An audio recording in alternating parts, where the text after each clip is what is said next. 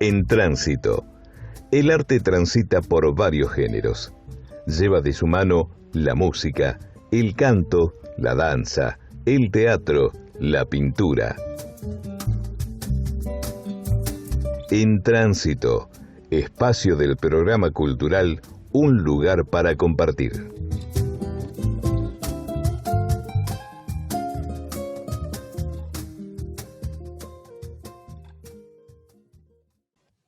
Muy buenas tardes, una nueva entrega en Tránsito. Hoy se las trae, viene todo el Dixieland, vienen todos los muchachos, vienen marchando desde allá arriba, desde lejos. Mario, ¿cómo estás?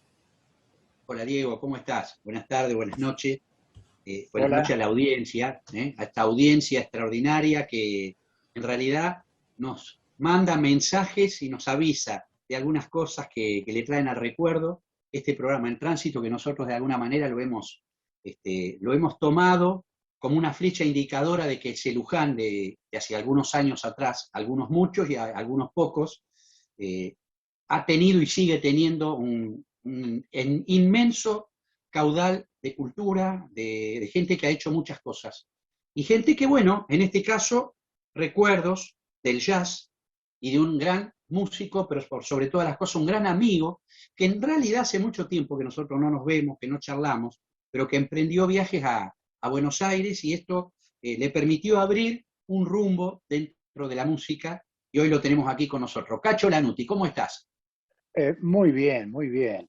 ¿Cómo estás? Te veo muy bien. Sí, la última vez que nos vimos fue en Uruguay. Claro, exactamente, exactamente. Yo creo que hay tanto por hablar, tanto por contar, Cacho, que a veces cuando comenzamos el programa nos da miedo porque sabemos que el tiempo en la radio es tirano, pero Sí, nosotros exactamente. nos apoderamos de los sueños y de las imaginaciones y nos trasladamos a todos los lugares recónditos del planeta. Y en este lugar, de no muchos kilómetros de acá, nos encontramos con un amigo como vos, Cacho Lanuti. Mira, yo creo que hay muchas cosas para contar porque vos conociste un Luján de una época donde todo su entorno, que tenía que ver con el Club Timón, que ya me vas a contar más adelante, porque tenemos amigos en común o tuvimos amigos en comunes, ¿qué hace que vos, porque estamos mirando ahí detrás tuyo que hay un amigo de bronce que está paradito ahí, que te acompaña desde hace muchísimos años y que te da satisfacciones como los que te escuchamos, que nos produce una gran satisfacción? ¿Qué pasa con esto de ese amigo que está ahí atrás acompañándote? ¿Cuánto hace que estás con la música? Y bastante tiempo. Tuve un lapso en que había parado y después retomé, porque encontré unos buenos amigos de la banda y todavía seguimos siendo amigos y seguimos tocando, que es lo principal, ¿no? Y bueno, Seguro. y si nos vamos en el tiempo más atrás, recuerdo a mi amigo Osvaldo Moyano, son músicos de convención especial. También estaba, bueno, obviamente Mario Tierno, convención especial. Y Se pone después colorado, ¿eh? estaba, sí, después estaba Chiche Diani. Sí. Chiche Diani, contrabajista, fue de la Sinfónica a la Federal y anduvo por Canadá, creo. Bueno, y después están los Rosso, que somos amigos en común, Jorge, y después hay otros que me van a venir en mente de a poco, ¿viste? Porque uno se ¿Cómo vuelve. veías vos, cómo veías vos el Luján cuando vos comenzaste a dar tus primeros pasos? Esa es una pregunta obligada de todos los amigos. Yo digo, los artistas que desfilan por este tránsito, que son amigos entrañables, y no es para quedar bien. Y le preguntamos siempre, ¿cómo ven el Luján, o cómo vieron ustedes ese Luján? ¿Habías la música de Dixieland? ¿Se escuchaba esa música acá? ¿O cómo era el tema? ¿Qué te parecía a vos? Bueno, había, pero muy poco, y empecé con los hermanos Biagiotti, más con el saxofonista, eh, y después estaba el Gordo Pereira,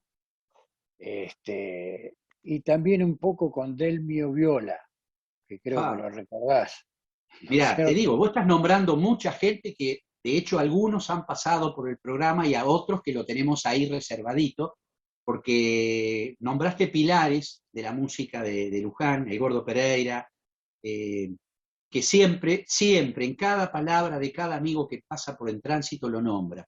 Bueno, Delmio, que fue, yo no lo conocía a Delmio, porque todavía no estaba en Luján, pero que también fue un poco precursor de muchos guitarristas que han comenzado acá, ¿no? Y bueno, el Negro Moyano, que yo creo que esto cuando lo escuche, se va a emocionar mucho, porque el Negro ya está convocado y es imperativa la presencia del Negro en nuestro programa. Vamos a ver qué pasa. Los dos sabemos que tiene una nana que la está cuidando, y bueno, vamos a ver, lo vamos a traer sí o sí. Seguime contando, por favor, Cacho. Bueno, y después formamos un grupo que lamentablemente no llegamos a grabar, con el hermano del Negro Moyano, o sea, Jorge Moyano, que tocaba la trompeta, Ah, sí, señor. Mira, me bueno, acuerdo ahora. y Carlos Mario González, que tocaba el clarinete, el saxo, el piano. Pero era muy, viste, se iba mucho, viste, muy volátil. Muy Qué raro que un músico sea volátil.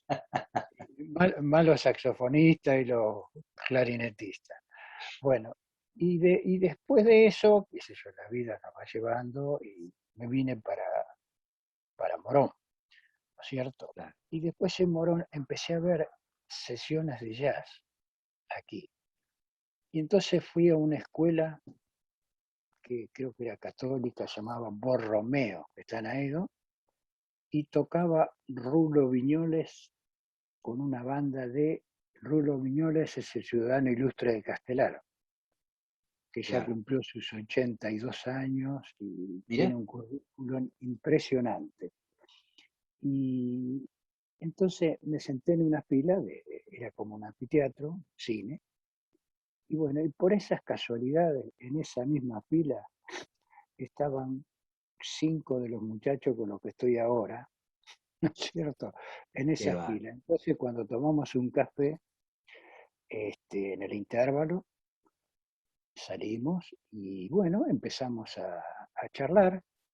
Bueno, y también se nos coló el saxofonista que estaba tocando, que era de la Palermo Jazz Band, a charlar con nosotros, que actualmente es el saxofonista nuestro. Y yo te estoy Qué va. hablando de cuántos años atrás, ¿viste? Muchísimos años atrás. Bueno, y después empezamos a reunirnos y quedamos un grupo de amigos, ¿no es cierto? Que cada cual tenía su actividad aparte y por eso fue sobreviviendo todo, ¿no es cierto? Y bueno, y de ahí formamos el grupo y debutamos en Ramos Mejía, en un boliche de Ramos, que nos vino a ver el Rulo Viñoles, que estaba Qué va. interesado porque él le daba impulso. Entonces con Rulo formamos un jazz club del oeste, con Rulo.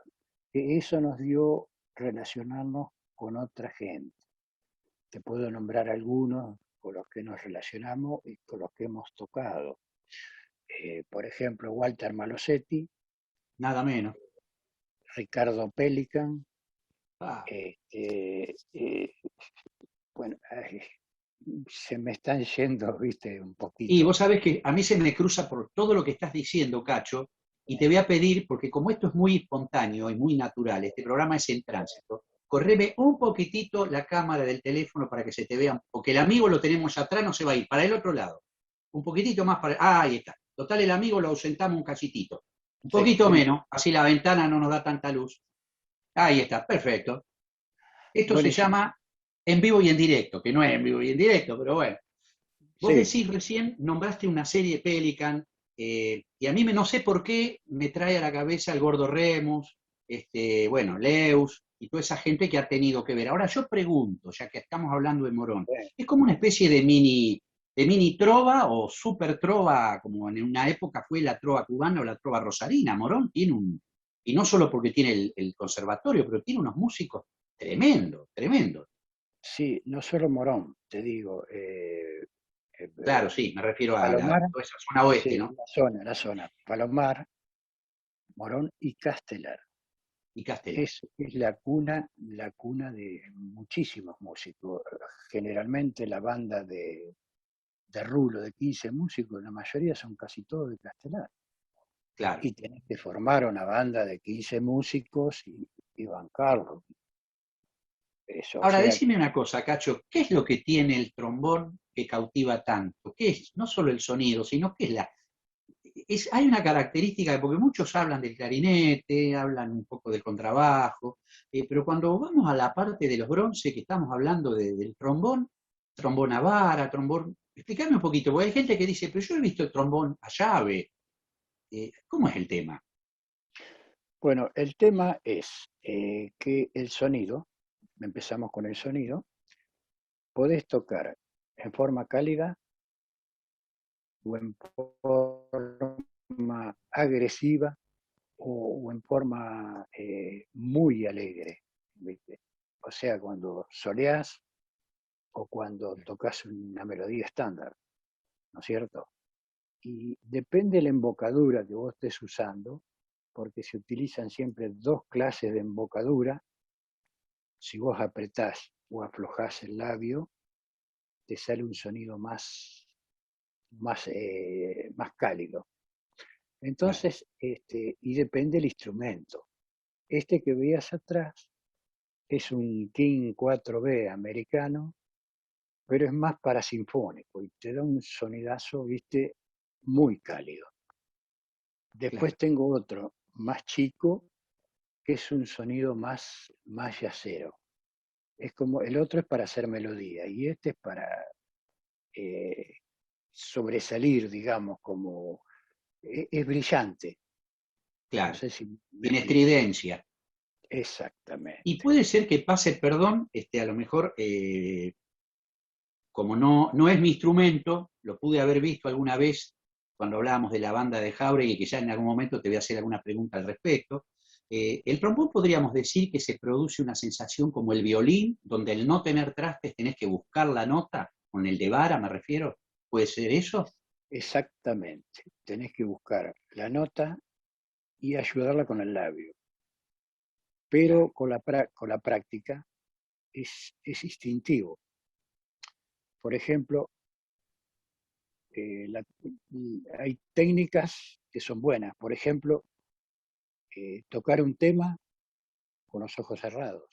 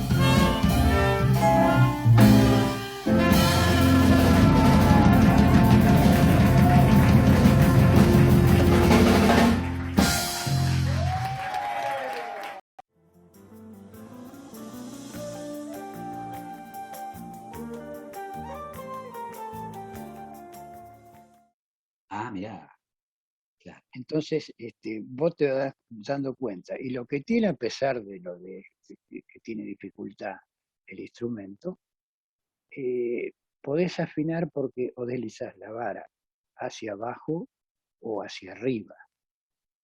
Es como el violín. Claro. Entonces, eso tiene su pro y su contra, ¿viste? Hay que estudiarlo mucho. Qué maravilla, y te puedo asegurar que los oyentes están oyentes y los que nos van a ver también, porque el programa se lleva a cabo por Radio Universidad de Luján, pero aparte después sale por YouTube. Entonces esto lo que nos permite es abrir un abanico de posibilidades y de conocimientos, ya que nuestro Departamento de Cultura está comprendido por una cantidad de distintos talleres que tienen que ver con cuerdas, con percusión, con vientos. En lo que a mí respecta, yo me dedico a la parte de instrumentos autóctonos, pero lo que es trompeta, trombón y eso, todavía no tenemos ese espacio. Y hay mucha gente interesada porque le llama la atención, los bronces llaman mucho la atención.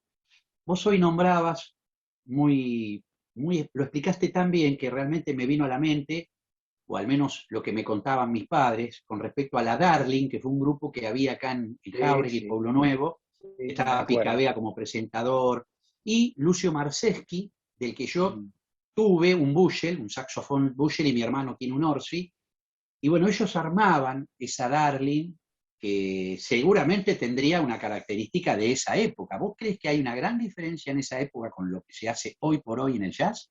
¿O crees que se está fusionando? ¿Cómo lo ves el jazz de hoy? Y el jazz de hoy lo veo muy específico. Por ejemplo, nosotros hacemos Dixieland, que está entre el tradicional y el jazz moderno. Y después está el que hace moderno, bueno, ya es, por ejemplo, ya tiene puede ser en tríos, puede ser en cuartetos, ya en grupo más reducido. En cambio, en Dixieland tienen que ser 6 músicos, mínimo. Nosotros somos 7 con la guitarra, pero tenés que tener batería fundamental, contrabajo, piano, trombón y trompeta o corneta, que es lo que tiene nuestro maestro Lisandro Salemne. Claro.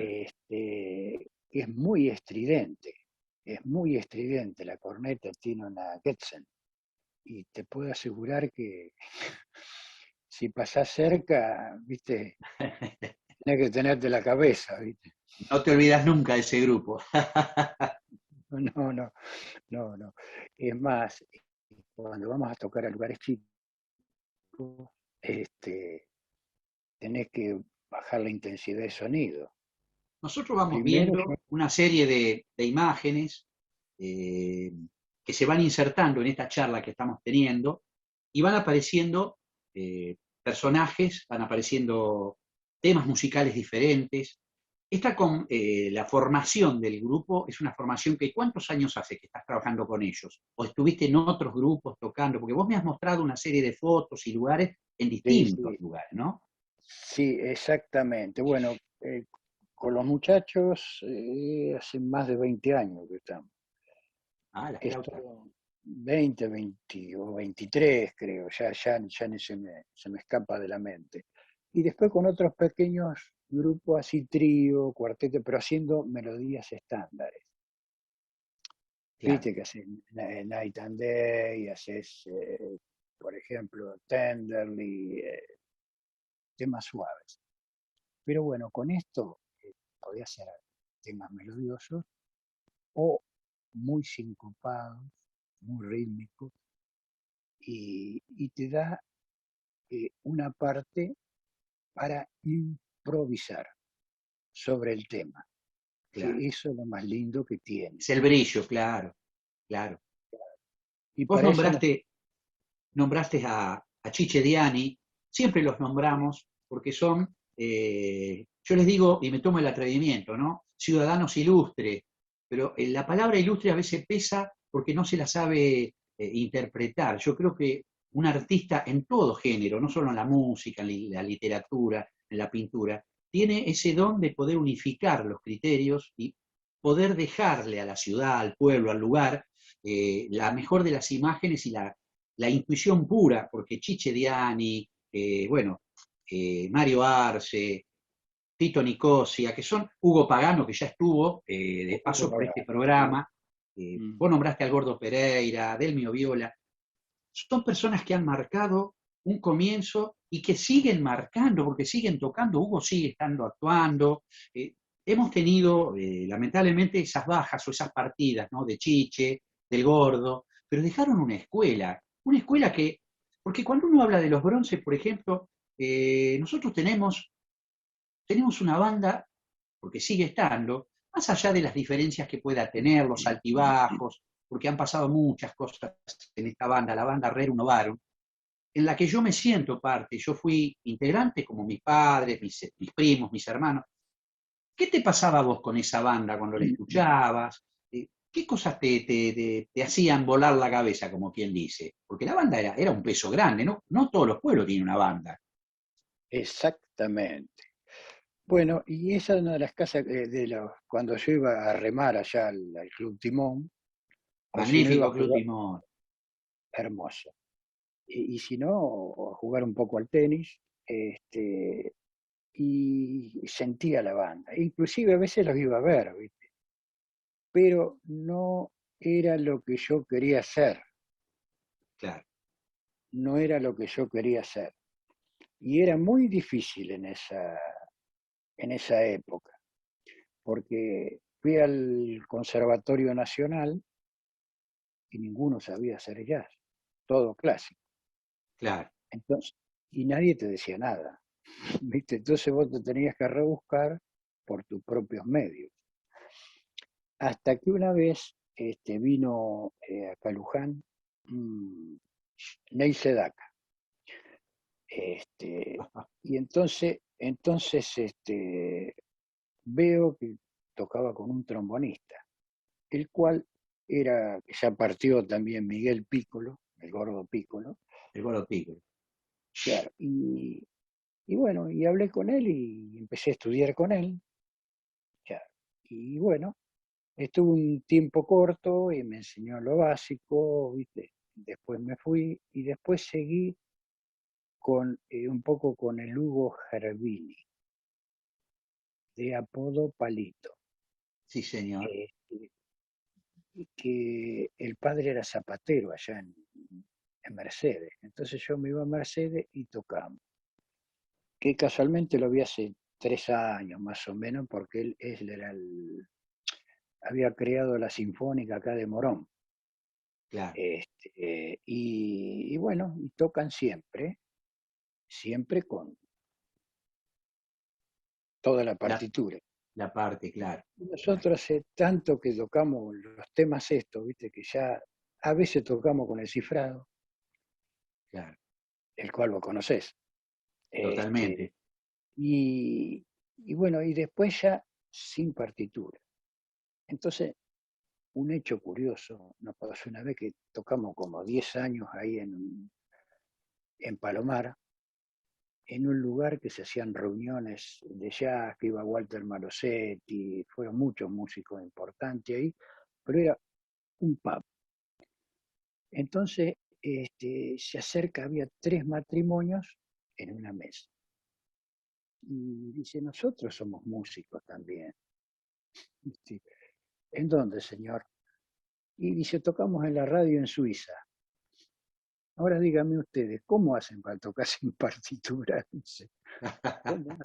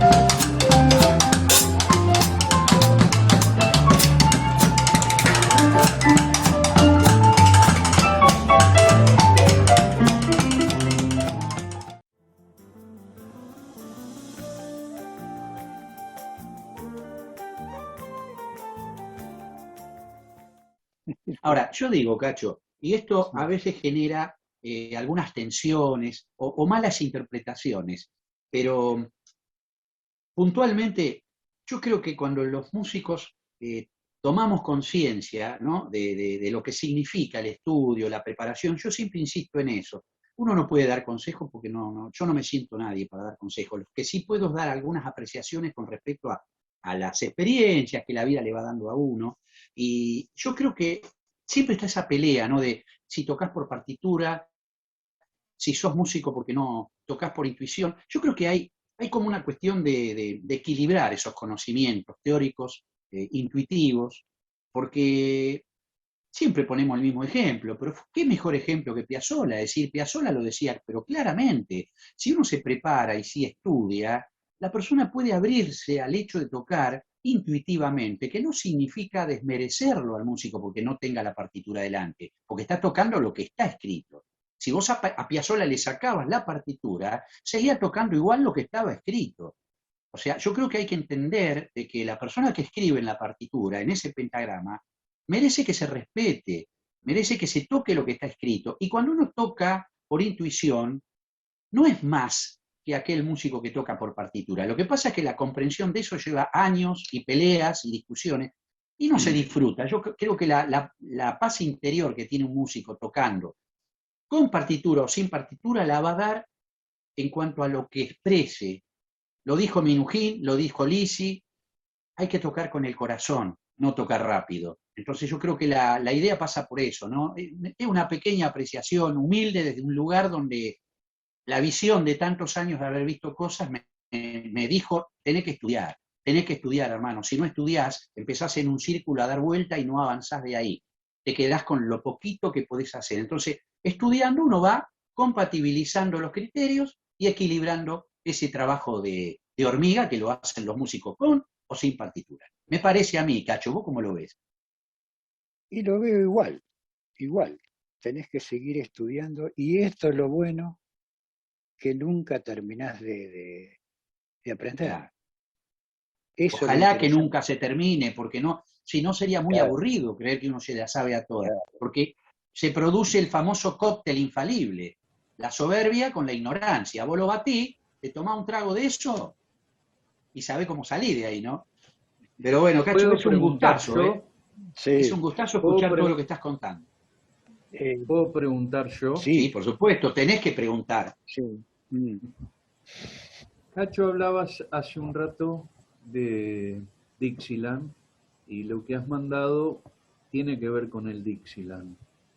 ¿Por qué no nos contás a nosotros y a nuestra audiencia cuál sería la diferencia entre un Dixieland y un jazz tradicional? Por ejemplo, si yo te digo la Creole Jazz Band, la banda de donde salió Louis Armstrong con King Oliver y con la mujer de Armstrong, con la pianista, con Lil Hardin, ¿esos hacían jazz tradicional o ya eso es Dixieland? En principio, tradicional, en principio. Ajá. Y después, con el transcurso del tiempo, se fue haciendo Dixieland, que el Dixieland era una imitación de los blancos para tocar música negra. Y de a poquito se fue llegando el Dixieland, y lo cual el Louis Armstrong, digamos que lo fue impulsando. Eso lo fue impulsando. Esa es la pregunta, ¿no es cierto? Claro. Y bueno, y de así, de a poco, se fue llegando al Dixieland y la improvisación más libre. Porque ya Está en bien, pero el tradicional era un poquito orquestado y te ajá, dejaba, te limitaba la improvisación. pero ya en cuanto al Dixieland ya hay como un orden preestablecido entre los músicos, bueno, que tocan juntos, luego las improvisaciones van individuales y eso se establece, primero va el saxo, después el clarinete, después el trombón, o, o se hacen señas en el escenario y va el que va. Así es, una pequeña seña, un movimiento con la cabeza y largamos.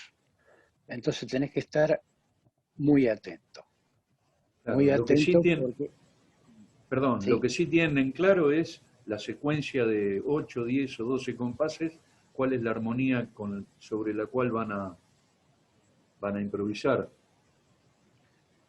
claro, exactamente. Sí, eso es, estudiás un poco la armonía y después ves en qué tono está y bueno, vos tenés que aprenderte todo la armonía, toda la armonía y esas escalas que van en la armonía. Entonces sale solo, no te podés equivocar. Algunos se pueden o atrasar en el ritmo o adelantar un poquito, pero con la experiencia lo vas solucionando eso. Ahora, yo creo que es muy claro lo que estás explicando y realmente lo tomo como un aporte de conocimiento a todos aquellos que nos interesa.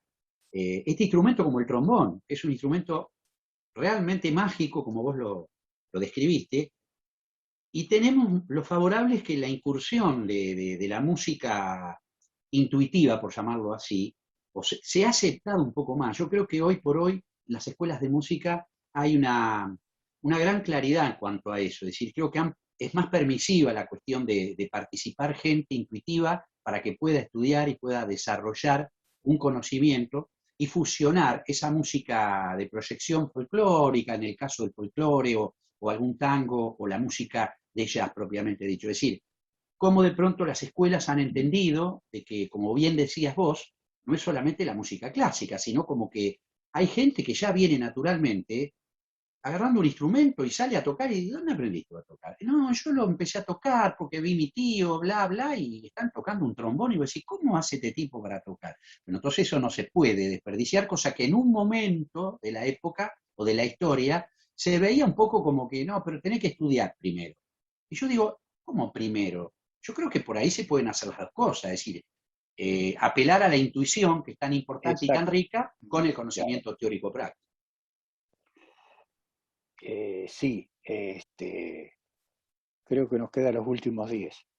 Yo creo que no existe el tiempo, Cacho, vamos a seguir hablando nosotros. Por supuesto, el tirano que nos dice que el El tiempo se tirano. termina. Pero hay algo que te quiero Sí, rápidamente sí. decir. Vos no solo tocas el trombón, porque no sé si yo te estoy haciendo la contra o me la estás haciendo a mí. Vos sos un pícaro que tocas un instrumento que compartimos que se llama la armónica. ¿Qué pasa? Así ¿Por qué es, sí. elegiste la armónica? Porque tenemos para escuchar cosas de armónica tuya. Sí. Decime un poco, ¿qué Bueno, pasó ahí? bueno, pasó que con teníamos un amigo luthier, Jorge de Monte, que vos lo conocés. Sí, sí, sí. El Bueno, y famoso Baby Bass de Jorge.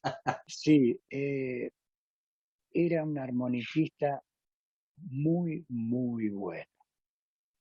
va, bueno, y guitarrista también. claro. Pues había tocado con Atilio Stampone muchos años, con la Tana Con la Tana Rinaldi, Rinaldi, me parece, ¿no? sí, y aparte tocó cuando vino a la Argentina, tocó con Bill Evans, Ah, la guitarra. claro. Bueno, y después una vez nos trajeron al negrito, que teníamos un clarinetista alemán que se llamaba Steen Lienhardt y que actualmente todavía vive y nos comunicamos. Bueno, y ahí lo conocimos al Negrito, un personaje, todo un tipazo, ¿viste? Y de ahí tocaba con nosotros, y también una mención, que me había olvidado comentarte, otro guitarrista que vino a tocar con nosotros, era un ex guitarrista de Sandro, que ya se fue también, Ever, no sé si lo llegaste a conocer. Lo he sentido nombrar, sí, seguro. Bueno, seguro. ese también tocaba con nosotros, ¿viste? Cada vez que venía de México, tocaba con nosotros. Todo un grupo de amigos. Vos imaginate que me pasaban a buscar a veces para ensayar, ¿viste? Y se venía con una bolsa de una docena de facturas, porque decía, en México no hay de estas, dice. Se venía, yo no puedo comer Ever porque tengo que soplar, ¿viste? No puedo, ¿viste? Mirá, yo me acuerdo, vos lo nombraste a Damonte y a mí me trajo a la mente la imagen de Jorge Rosso. Jorge, ahí tenés. Jorge se preparó y llegó a tocar el contrabajo con arco, porque tocaba pizzicato, el contrabajo, con Chicheriani empezó a estudiar y llegó a Japón tocando con arco. Y yo creo que no debe haber tenido, Jorge Damonte no creo que haya tenido un tipo tan particular como fue Jorge, que le llevó creo que 25 veces el baby bass para que se lo corrigiera y le sacara el sonido. Pero en ese proceso yo creo que queríamos todos que fuera otra vez Jorge a pedirle algo, porque cada vez que íbamos aprendíamos algo. Y lo conocimos gracias a vos, que estabas ahí en ese lugar. Sí, exactamente. Lo cual era un personaje muy especial. Entonces pasaba con la armónica, que él se tocaba 1 o 2 temas, se desafina, me decía. No tocó más, porque traje una sola. Y yo me quedaba con ganas de escuchar. Entonces de grande agarré, me compré unas armónicas, ¿viste? Baratas, y me puse a soplar de oído, todo. Hasta que después cambié por las más grandes, digamos, las cromáticas. Y bueno, y ahí seguí. A mí me gustaría que mencionaras el nombre de luthier.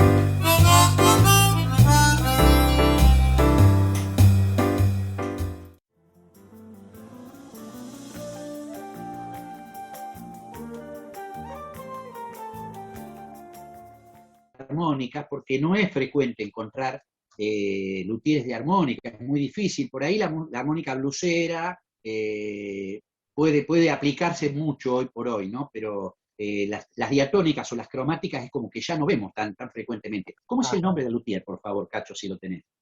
Y ya creo que sí, nos estamos como despidiendo. Ah, bueno, pero usted está muy preparado, mi amigo. Gustavo muy Lazo. Preparado. Perfecto. Perfecto. Le tengo que hacer una visita, ya te lo prometí. Acá me puso cuando me puso las cachas de madera, la armónica.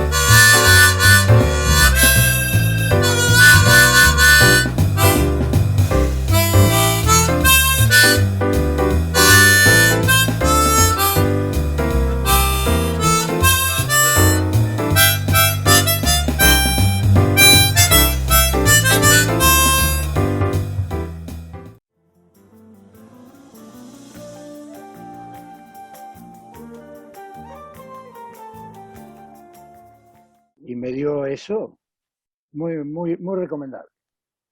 Gustavo Cacho, Lazo. yo creo que estamos casi en los últimos minutos.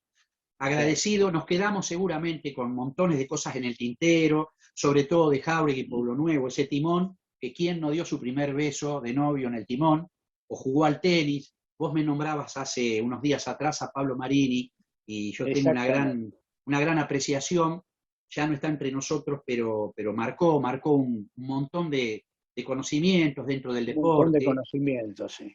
Y lo nombramos a su papá también, que fue parte de una historia que no hace mucho hemos tenido con Claudio Twist, que también fue una persona que desfiló por este tránsito. Así que el común denominador de esto es abrir la cabeza y la nostalgia y el corazón a remontarnos en tanta gente que pasó y sigue pasando en este programa. Nosotros estamos muy agradecidos, Cacho, con vos, con tu información brillante, que me ha sorprendido. Cada vez que hablo con vos me sorprendo por todo lo que sabés y todas las cosas que hay que contar. Así que yo estoy muy agradecido, creo que Diego, me parece que podés acotar alguna palabra más también. Te lo permito, Diego, tenés unos minutitos más. Gracias. No, nombraron gente con la cual yo también trabajé, también toqué. Claro. Chiche, por ejemplo, un gran amigo.